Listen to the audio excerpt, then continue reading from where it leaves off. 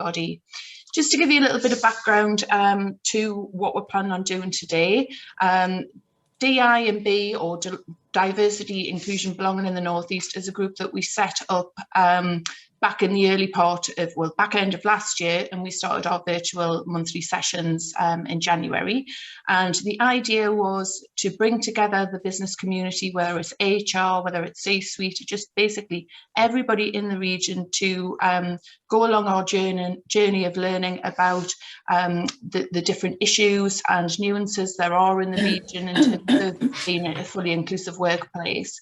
And we've covered a wide variety of topics because I think education is key on us coming together as a region to be a more fully inclusive region, and also inclusive employers and awareness for all our employees, because it's not just about the people that's on here today, it's about everybody in a business having aware of conscious bias or unconscious bias, and just knowing about all the different areas that can be construed as that.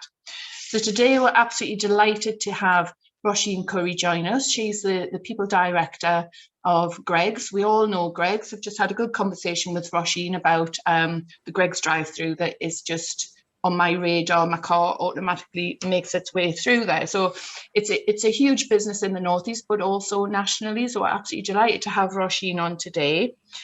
She's had quite a glittering career in terms of HR, coming from Scotland and moving all over the country, and now landing with Greggs, where our previous role I think was with Asda, if I'm right in recalling. So Roisin, welcome this morning. I guess rather than me going into too much more detail, do you want to just give us a little bit of information about your background and your journey, your career so far? Yeah, absolutely. Thank you, Julie. Hi, everyone. Delighted to be here. So thanks for the invitation. So I'm actually the Retail and People Director. We sort of changed my role a few years ago. So I look after all the shops in the business and the people. But prior to that, I've been with Greggs since 2010, joined as the People Director, and then moved into Retail and People Director just over actually it's 4 years ago. I was going to say 3 years ago, 4 years ago now. And then I was 20 years with Asda. So I started as a part-time checkout assistant, customer service assistant while I was at university, went through the graduate programme, and then did various roles within Asda. What I would say is that it was never intentional to go into the world of people and human resource management. It was one of those careers that, you know, when doors opened, I would walk through them trying that next opportunity. And I still, when my kids talk about what they're going to do when they grow up, I sort of think, gosh, I still don't know what I'm going to do when I grow up. So it's one of those just career that as opportunities present, then probably I'll hopefully take them. I'm going to talk a little bit today about D&I for us, and particularly our Fresh Start programme, and some of the work that we're doing on diversity and inclusion. And what I would say whenever I talk about these topics is we are on a journey. So this is not about, gosh, we're doing everything right. We're on a journey. We are learning. We learn from all other organisations. We steal ideas constantly in terms of trying to make ourselves better. We learn from others. But I can share with you, you know, what we're doing just now, what the learning has been, what we're proud of, what's going well for us. I have got some of my team that are on, so when we get to questions at the end, certainly Lisa and Becky can absolutely handle the more difficult questions, and I will take the easier ones. So I am going to just try and share my screen just to give a little flavour. So hopefully that has come up, and Julie, you can let me know if you can see that. Yes, we've got that now. Fantastic. So Greggs Pledge really is where we sort of, we've launched our Greggs Pledge this year, and it's really everything that we're doing that we feel proud of, and some of the areas that we believe as an organisation we need to do more on. And you know, this is a journey that we're going on. As I've said, it's absolutely not about we've got everything right. We've set ourselves some quite ambitious targets, and as Roger, our chief executive, sort of said to us a month or so ago, actually the easy part is landing the pledge and getting it out there. The hard part now is the objectives that we've set ourselves to deliver by 2025. So we break it down into three big buckets. We've got our stronger, healthier communities, we've got our safer planet, and we've got our better business. And I'm sure, as most of you on this organisation, on this call, would say within your organisations, these topics are all interlinked. So therefore, although we have got 10 very clear objectives, actually in driving one, we actually try and drive the other at the same time. So the two that I'm going to touch on today is objective number 8, which is the piece about embracing diversity. So this is really our piece about D&I. I'm trying to make sure that our workforce does reflect the communities in which we live, which we serve, and where our customers come from. But it also very closely links with one of our objectives under our Stronger, Healthier Communities pillar, which is our outlet shops that support our local community. So I will try and bring to life a little bit around how both of those sort of work together, and some of the work that we're doing just now. So if I just talk about the programme that we call our Fresh Start programme, which we started in 2012, that the programme sort of became known as Fresh Start. But prior to that, our chief executive in 2009 had gone along to a Business in the Community Seeing is Believing visit to Low Newton Prison in the North East. And it was a collection of North East businesses and business leaders that went along, some of which might be on this call today. And at the end of and Low Newton is a women's prison, and at the end of the visit, the question was asked of the governor, what would you like us to do as business leaders in the North East? What would you like us to do? And the answer given by the governor was very simply, please just come back. We have lots of people visiting prisons, we have lots of businesses visiting, maybe learning a little, but then going back to their day jobs and not really creating any relationship. We're not quite sure what that relationship is, but if you could come back, we could try and develop the relationship. What we then did is, as a group of businesses in the North East, so not led by Greggs was one of the businesses, we actually started to get together and we came up with a Get Into Work programme specifically for the women at Low Newton. And that did lots of things. So that started with building self-confidence and trying to build pride. And again, it sort of was about trying to understand the backgrounds and stories of these women and why they had ended up in prison. And really, you know, how did you build the pride? How did you build the hope? How did you build the self-esteem? How did you build the confidence? All the way through then to starting to prepare these women from the world of work. And very practically, we had some legal firms helping us around how do I disclose my convictions at an interview? How do I make people aware of what my background was? So I'm not hiding anything, but I also show them what I've done in prison, what I'm doing to develop, what the skills are I'm learning, and actually almost try and encourage those businesses to take a chance on me and help me through to actually change my life and turn it around. Now, very interestingly, we went into that programme in 2010 very much with the view that we were a partner to help the development. So we, you know, it was the L&D team within Greggs that helped put the programme together. And rightly or wrongly, we hadn't really explored fully, well, would we recruit from prisons? You know, big question to be answered. But actually, as we started to meet the women and as we started to understand the background and the stories, probably every week, the team were coming back to Greggs house saying, oh my gosh, I met another fantastic lady today. And, you know, when I've heard her story, you know, she could work in our shop, she could work in our bakery. Actually, would we be willing to employ? And at the same time, I got invited to be a member of the Employers Forum for Reducing Reoffending, which is called EFFRRR, which BITC had just got up and running. And so I sat on that and really started to learn, particularly from Timson's, around the journey that they had gone in terms of employing from prisons. And what Timson's were very keen to do is sort of take us through their pitfalls, take us through where it'd gone wrong for them, but also take us to prisons with them and show us actually how could you recruit from prisons, what could you do, and you know, how do you engage with this population and try and turn their lives around, but also really importantly, try to break the cycle of reoffending that is in all our communities. Because actually, if you don't give someone hope and you don't give them a reason to change, then actually it can be too easy to just continue to live the life that maybe you've always known or you've always been brought up in.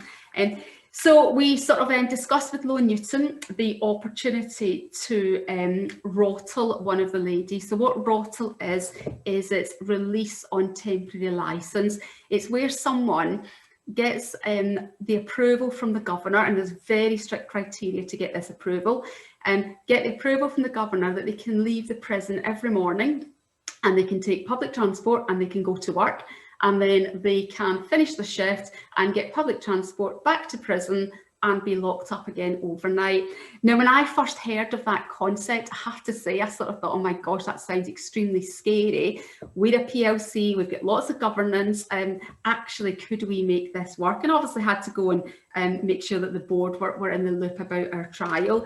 It's really interesting, actually, because I think my learning now, 10 years on, is rottle's probably one of the safest ways to employ direct from prison, because actually, if someone, maybe is still trying to learn a new habit, as in, coming to work, and may well be encouraged to go off piece through their contacts, their community, their family, whatever, actually, by the very fact that they've only got permission to leave, get the bus, come to work for us, get the bus back, go straight back into prison, it actually stops those other temptations getting in the way. And actually what you find is that several months later, they've built the habit of working, they've built self-esteem, they love the fact they're part of a team, they're very motivated and very proud in terms of what they do. And when they then come to be released, then we work hard to try and be able to place them in one of our shops. Really importantly, they are also earning while they're in rottle. So they're earning. There is a victim support fund that works in the prisons, that some of that money goes to the victim support fund, that some goes straight into their bank account. And again, you hear the stories of people that walk through the prison gates and actually don't have anything, get the 40 odd quid they're given, don't have somewhere to live, don't have somewhere to work. And actually, if you can provide someone accommodation, and if they have a job to go to, they are two of the key reasons for people no longer offending. And then obviously that impacts all of us. What I would say is, through our Fresh Start programme, one of our key learnings has been throughout, this is a programme that is about one person at a time. A lot of these people, we now call them returning citizens rather than the label of ex-offenders. So a lot of our returning citizens have got very complex backgrounds. They've been brought up in very complex and chaotic family lives, and therefore we do need to give them significant support at times. So this was never about a numbers game for us. This was always about, can we really develop this person, give them the skills, give them the opportunity, and then for the business, actually find people that are very motivated and proud to work for Greggs. You'll see on the slide some of our stats through the time that we've had this programme. So we don't just employ, we also do training, but we've connected through the Fresh Start programme with 4,500 people in some way or other, either now being employed with us or through our development and recruitment programmes. And we're also very adult around, not everyone that comes through maybe our training programme in a prison or even into our placements, that might not be the long-term right career for them. But actually, if we can give them an opportunity and actually build their confidence to go on and get that right long-term opportunity, then we feel as if we've done our bit. We've touched on 2019's figures for obvious reasons. We've not touched on 2020, but in 2019 in total, 42% of all the people that we employed through our Fresh Start programme were actually from people that were coming from prison or from probation, and really, absolutely about giving those people a second opportunity and another chance. And we don't do it on ourselves, so we are a food on the go operator. That's our main reason for being. We've got a retail side, we've got a manufacturing side, and that is our core objectives. So we are very well aware that we need to go to partner organisations to help us in this agenda. So we've got 64 partner organisations, and they're maybe working at the more complex end of the spectrum, when maybe someone has still got a drug addiction or an alcohol addiction, or has got other issues that they need to deal with, that they can hopefully deal with those more complex issues and help get the person work ready. And I guess where we step in is, when the person's work ready, that's when we actually will then look at the placement within Greggs. we absolutely aim for sustainable employment. So again, this is not about just giving people placements to give them some skills and experience, although sometimes in the Fresh Start programme, we are asked to do that and we do engage with this. But Becky, who's on the call today, will always work really hard. If we're giving a placement, it's because we believe that we then have a vacancy that this person could go on, and if they're successful, could then take that vacancy. So again, by providing the sustainable employment, that's what helps to break the cycle of reoffending. What I would say is we've had lots of learning last year. So obviously we closed a number of our shops last year. We weren't out recruiting in the marketplace, obviously. And so what we're now just doing, as prisons are opening back up in the pandemic, as people are starting to be allowed to rottle again, then Becky's working really hard just to re-engage with the prisons and probation and actually move that programme forward again. But it's certainly tentative steps in 2021. On the next slide, I just show you what our priorities. I am hoping these slides are moving forward. They are for me, so fingers crossed they are for you too. They are, they're looking perfect. Thanks, Julie. So the key priorities here in terms of our Fresh Start programme overall, I talked earlier about this piece about the communities in which we work and serve. That is really important to us.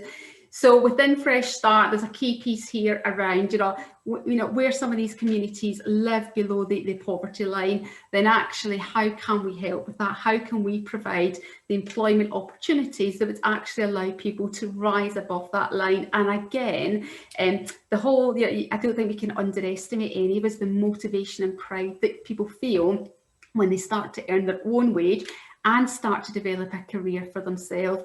And we feel as if we're a key part of helping to deliver that. I've talked about sustainability. It really is about these long-term sustainable employment programmes. And again, that's why we work with partners. So we do a lot of work. We've talked about prisons, I've talked about probation, but also with charities. Princess Trust, we try and do a lot of work. And that's probably with some of the sort of more long-term youth unemployed that maybe have not had the skills or the education to allow them to get into the workplace easily.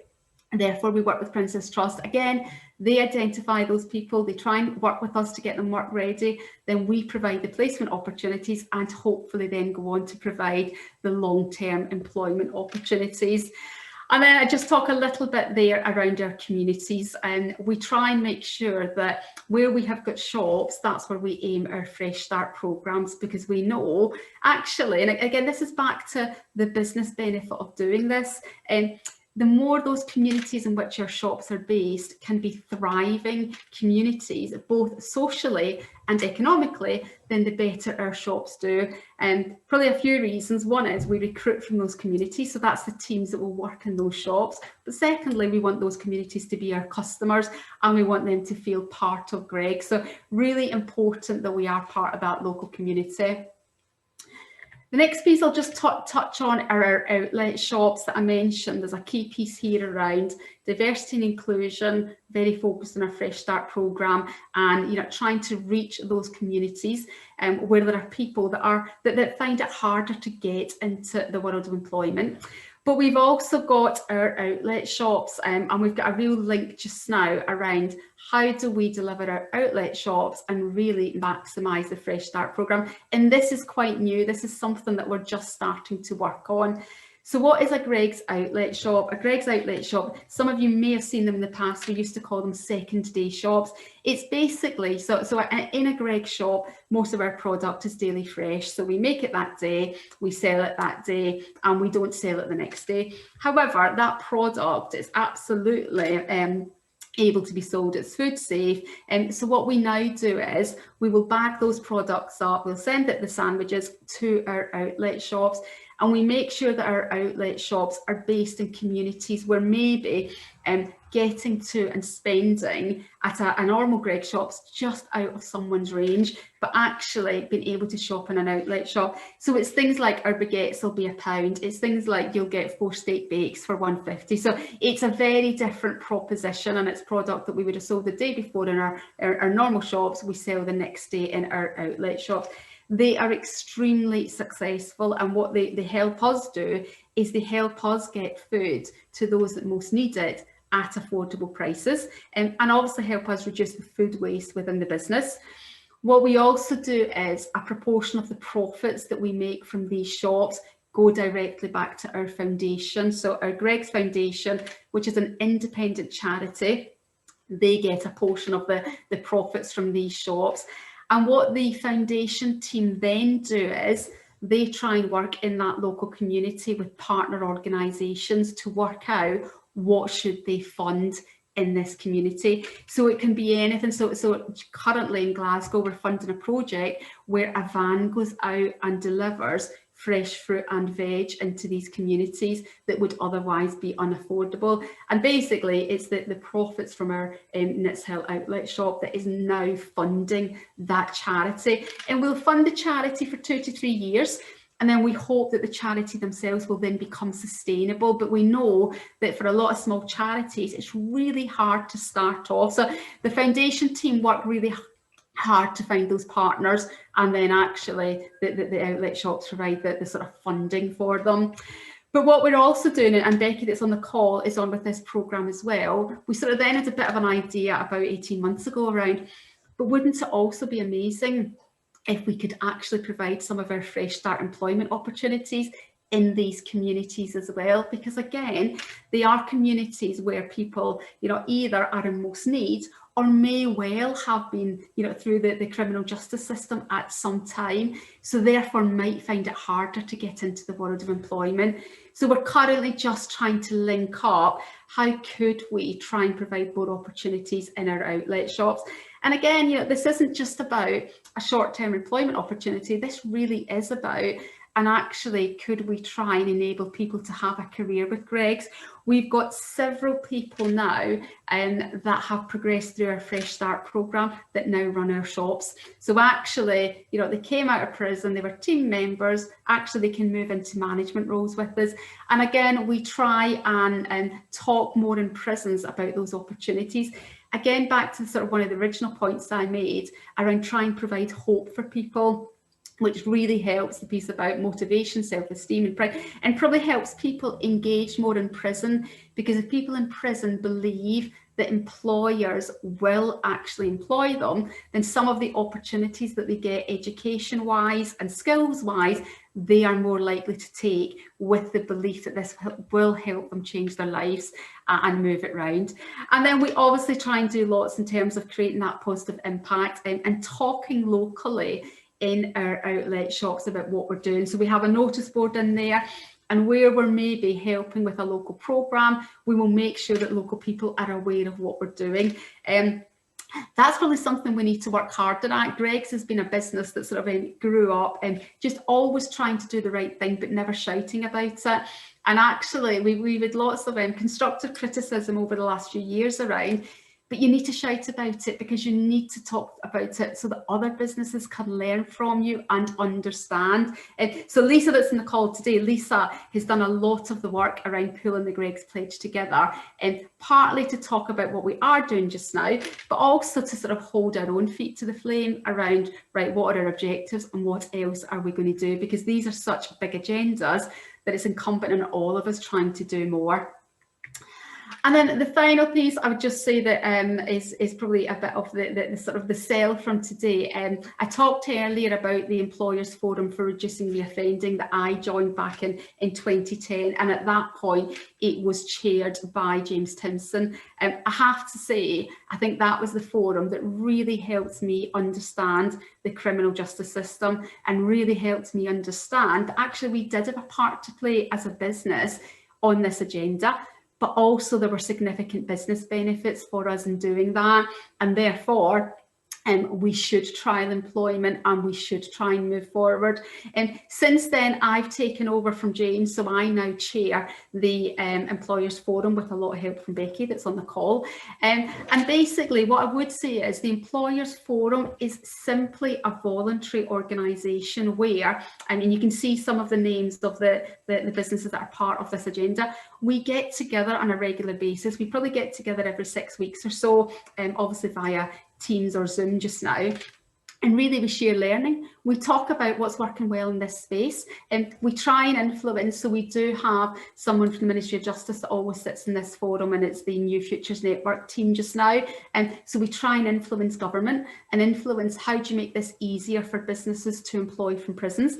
And then we try and work with the same prisons to try and put in place employment programs that make it easy for businesses to engage, but also real honesty with the prisons around, and please don't give us individuals that you worry about or that you've got concerns about, because actually if that means our scheme doesn't succeed, well actually we won't employ as many people through these programs. So please work with us to really help us understand the right candidate, and it could be for construction, it could be for retail, it could be for food manufacturing, but let's try and match the right candidates up so that we make these programs successful.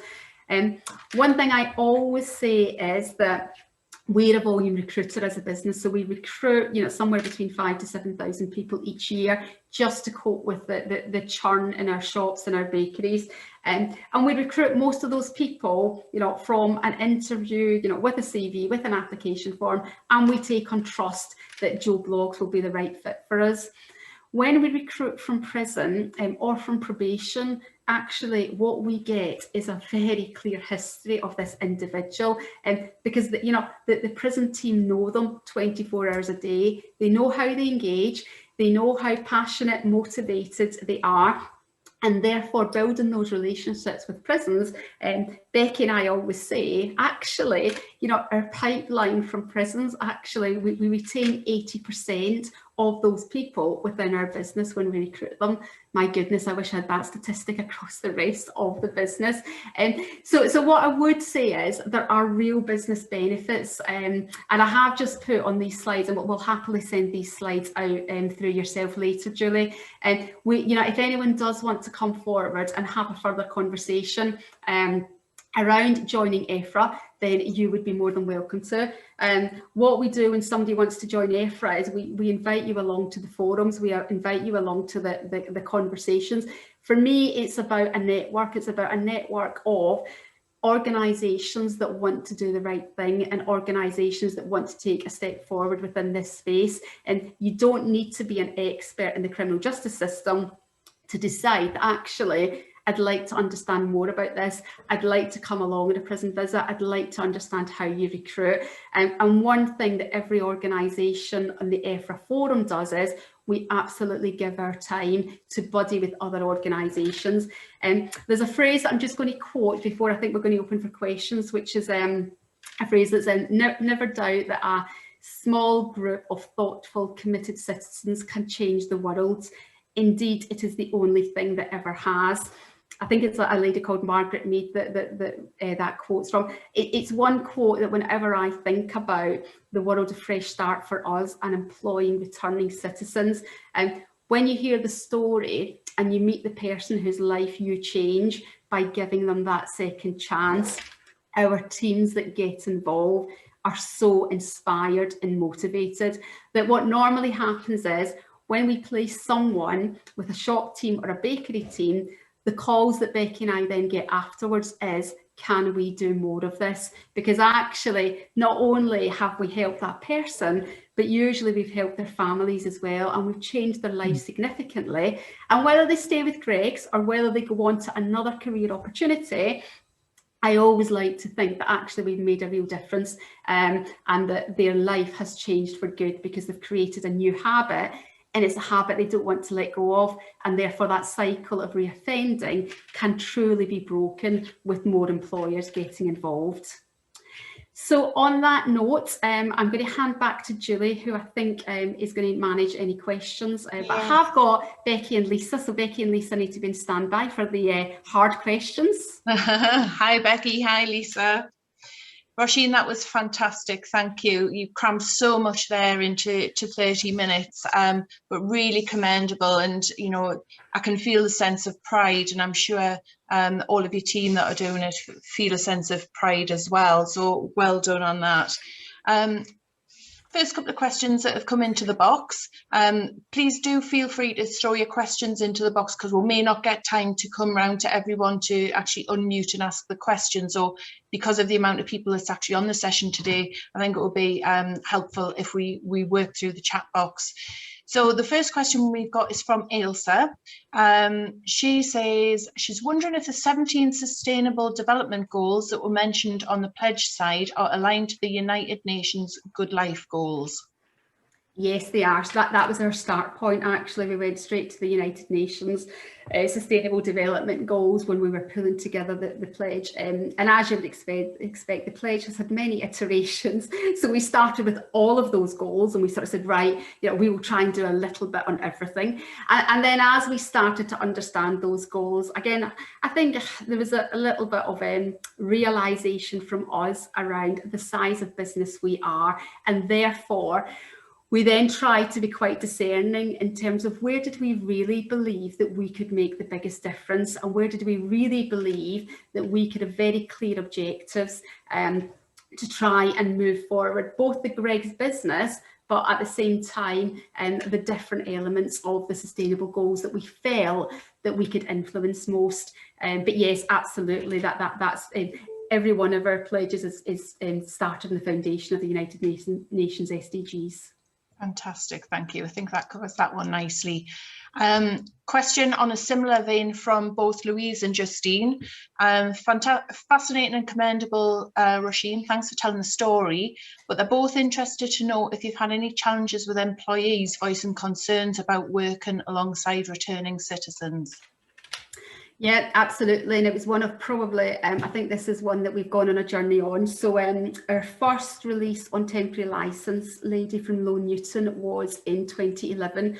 And Low Newton actually hadn't done any ROTL for 10 years before that. So we had a big curve for them to get over for the governor to agree to ROTL somebody. It was a lovely lady. She had quite a serious crime in her background, and she was only in her mid-20s and had been in prison since the age of 17. Had 2 children, and both children were in care as a result of this crime. And we took her along to our bakery. So this lady in particular, every morning myself or one of the L&D team actually had to turn up at the prison and pick her up in our cars. We had to drive her to our bakery. We had to drop her off there. She worked for 6 or 7 hours, and then one of us had to pick her back up and drive back to Low Newton, because at that point they weren't comfortable about public transport. And when on the very first day that she was coming along, the day before she was coming along, we actually took the education governor with us to the site and had a really good conversation with him around honesty and openness. And as a business, we've got very strong values about being open and honest. So we got the bakery team together on the shop floor, and actually we used Fred, the educator, to explain to them the world of women's prisons and the type of offences and the types of reasons that led women to end up in prisons. And without giving Leanne's story away, he sort of summarised a lot of the issues that the women deal with. And he was very honest with Leanne as well around what we were telling the team. So she was very comfortable. I have to say, we did say to any of the team, does anyone get any concerns? They didn't. And what actually happened is, I went back 3 weeks later to chat with the team and get any feedback. And quite a funny story. The biggest piece of feedback that I got from the team was, she worked harder than a lot of other people here. Can we send someone else back and keep her? So there was a little bit of a joke.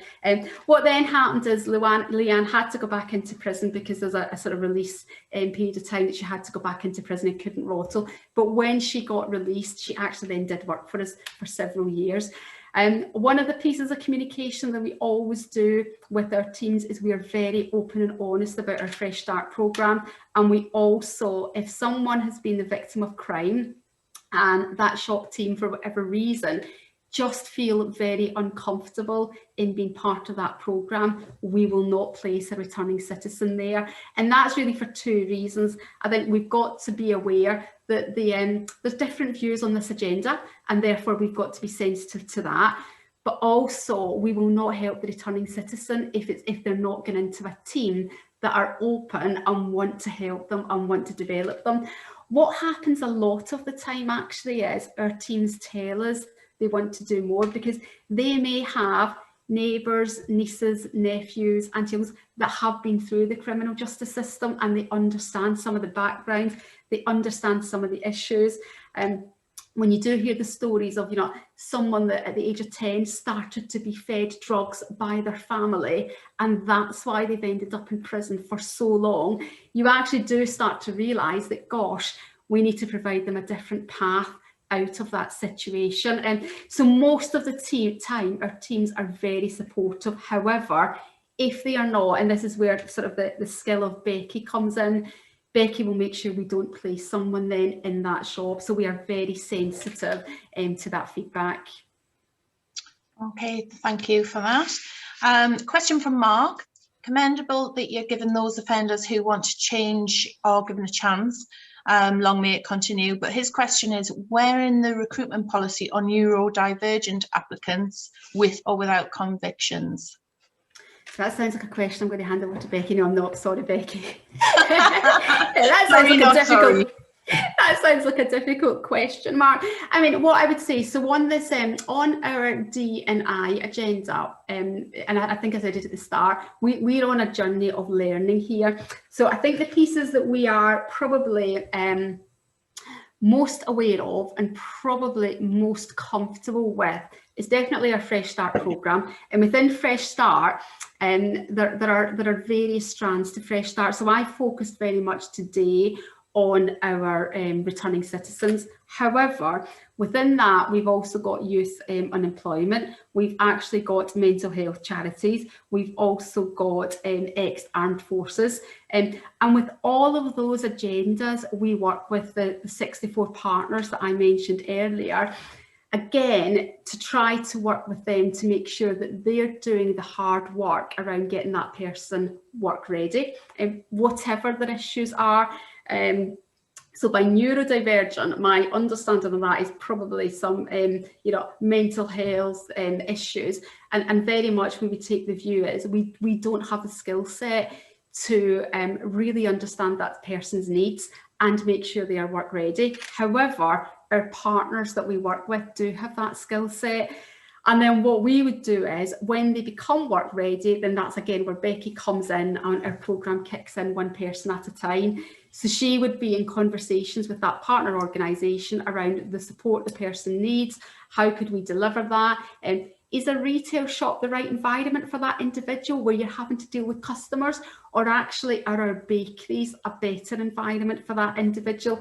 Or it could be Greg's House up in Newcastle. So what we do have the luxury of doing is segmenting the places that people work within our organisation.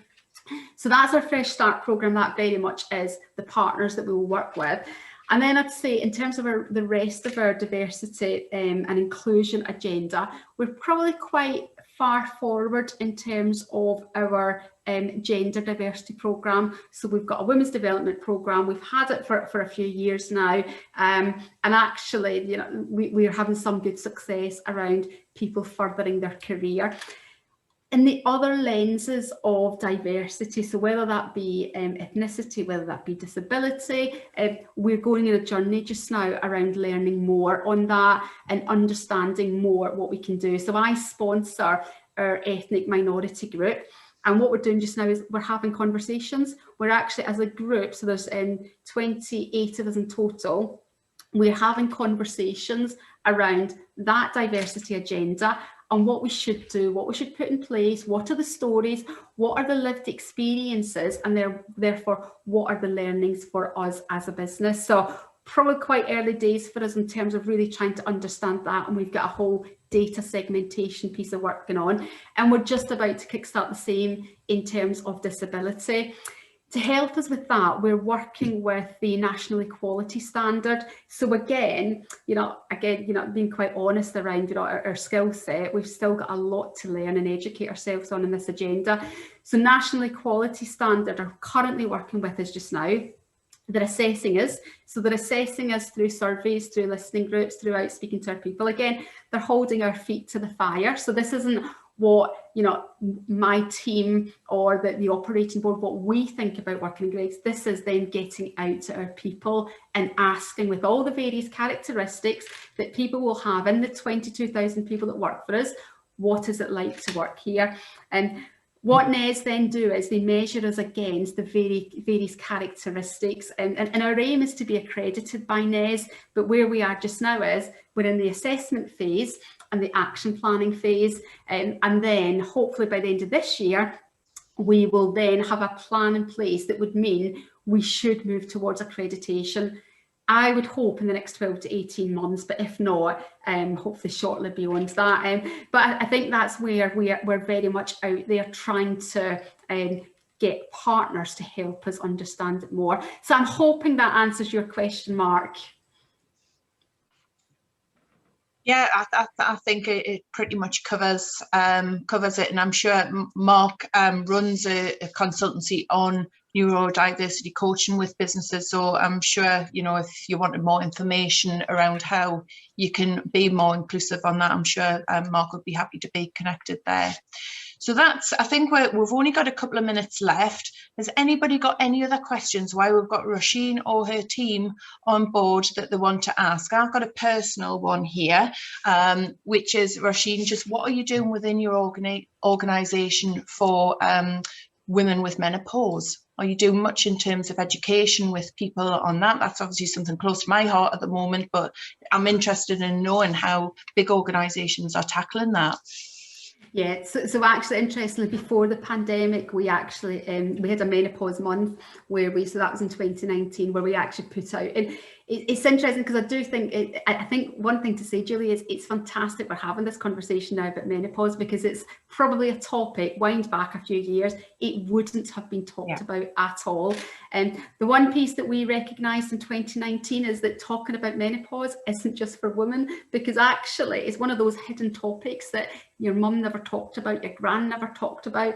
Therefore, actually, male or female, you don't quite understand it unless maybe you've been through it. You sort of think, oh gosh, I've got questions to ask about that. So we sort of did a bit of a newsletter back in 2019. We've just recently re-engaged on that. So again, I think it was last month, Lisa might correct me, I think it was last month or the month before, we put something out again on menopause. And we're actually part of some forums that are discussing things around flexible working on menopause. And actually, you know, one of the stories that came to us recently was, you know, even things like change in start and finish times for someone can make a big difference for them if they're going in public transport and they are going through the menopause, because it's an uncomfortable time. It might be hot flushes, it could be other symptoms, and actually getting on a tube or a bus that's packed at that time, you know, is quite difficult for them. If they could start a couple of hours earlier or a couple of hours later, you can overcome some of those difficulties.